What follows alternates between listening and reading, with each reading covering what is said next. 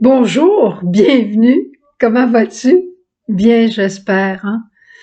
Bien quand on se retrouve avec le Seigneur, quand on se retrouve ensemble à ses pieds. Aujourd'hui, c'est la fête de Saint Jérôme. On lui doit beaucoup à Saint Jérôme.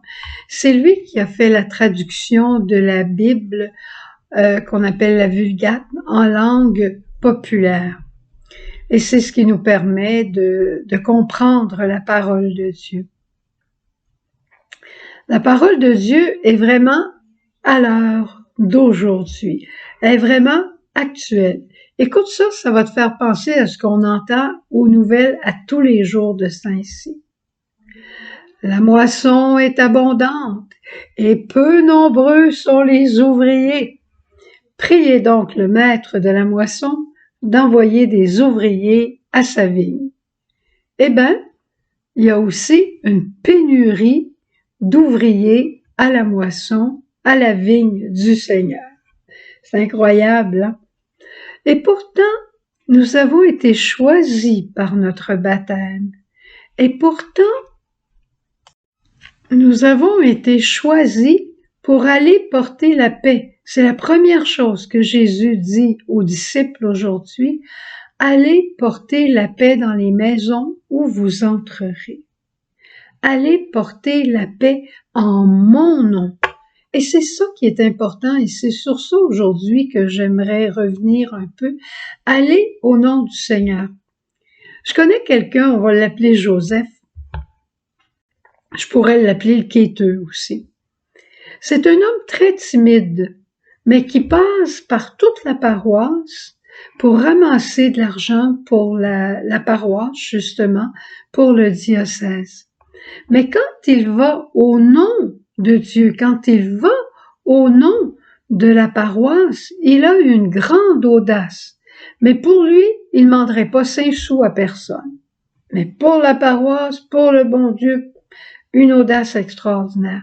Je me dis, c'est ça les fruits de l'envoi en mission en son nom. On n'est pas vraiment conscient qu'on est envoyé au nom de Jésus. Hein? Jésus nous envoie puis nous dit, faites des miracles. Si je vous disais ça, là, allez aujourd'hui et faites des miracles. Moi, faire des miracles, je suis pas capable de faire ça. Vous avez raison, on peut pas faire des miracles. Dieu seul peut les faire, mais quand il nous envoie avec ses pouvoirs et c'est lui qui les accomplit.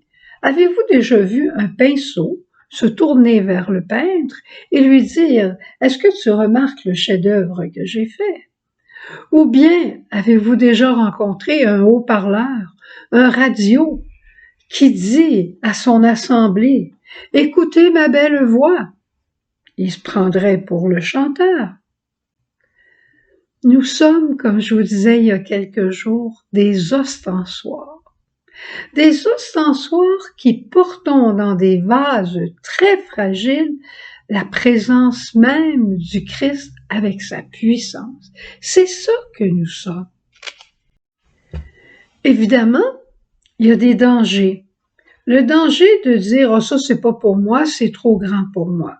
Ça, ce serait une forme d'orgueil qui nie la grandeur de Dieu. Un autre danger, c'est d'aller au nom du Seigneur avec joie, de voir les merveilles que le Seigneur fait, puis après ça, essayer d'en tirer gloire nous-mêmes. Puis là, on deviendrait, encore une fois, orgueilleux. Une manière de rester humble quand on va au nom du Seigneur, c'est ce psaume qui dit « Père, je te rends grâce », ce psaume dans l'Ancien Testament, qui dit « Toi, Seigneur, tu as tout fait pour moi, éternel est ton amour. » Alors, la meilleure manière, c'est l'émerveillement, c'est de retourner à Dieu tout ce qui se passe de beau et de bien. Vous avez parlé à votre enfant, aujourd'hui, il a semblé vous écouter avec joie, au lieu de dire « J'ai bien fait ça, hein? Seigneur, tu as passé par moi pour toucher son cœur. Béni sois-tu. » Vous avez parlé à un ami qui était découragé. Hey, je lui ai donné de l'espérance. C'est faux. C'est le bon Dieu qui a donné de l'espérance. Mais il a passé par toi.